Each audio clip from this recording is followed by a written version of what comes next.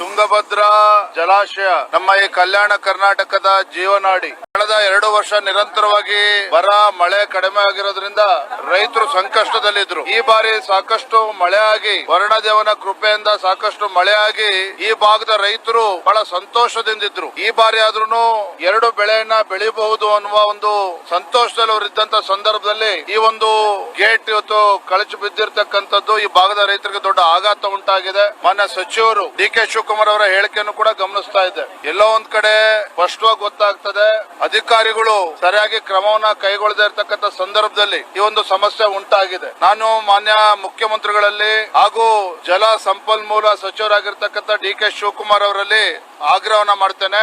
ರಾಜ್ಯ ಸರ್ಕಾರದ ಜವಾಬ್ದಾರಿ. ನಿನ್ನೆ ಜಲ ಸಂಪನ್ಮೂಲ ಸಚಿವರು ಹೇಳಿದ್ದಾರೆ, ಅಧಿಕಾರಿಗಳು ಯಾರ ಮೇಲೂ ಹೊಣೆ ಹಾಕೋದಿಲ್ಲ ಅಂತೇಳಿ. ಹಾಗಾದ್ರೆ ಹೊಣೆಗಾರಿಕೆ ಯಾರ ಮೇಲೆ ಹಾಕ್ತಾರೆ? ಈ ಕಡೆ ಜಲ ಸಂಪನ್ಮೂಲ ಸಚಿವರಿಗೆ ಜಲದ ಬಗ್ಗೆನೂ ಆಸಕ್ತಿ ಇಲ್ಲ, ರೈತರ ಬಗ್ಗೆನೂ ಆಸಕ್ತಿ ಇಲ್ಲ, ಕೇವಲ ಸಂಪನ್ಮೂಲದ ಬಗ್ಗೆನೇ ಹೆಚ್ಚು ಆಸಕ್ತಿ ಇದೆ ಮಾನ್ಯ ಡಿ.ಕೆ. ಶಿವಕುಮಾರ್ ಅವರಿಗೆ. ನಾನು ಮಾನ್ಯ ಮುಖ್ಯಮಂತ್ರಿಗಳಲ್ಲಿ ಹಾಗೂ ಜಲ ಸಂಪನ್ಮೂಲ ಸಚಿವರಲ್ಲಿ ಇಬ್ಬರಲ್ಲೂ ಕೂಡ ಆಗ್ರಹ ಮಾಡ್ತೇನೆ, ರಾಜ್ಯ ಸರ್ಕಾರನೇ ಜವಾಬ್ದಾರಿಯನ್ನ ತೆಗೆದುಕೊಳ್ಬೇಕಾಗ್ತದೆ.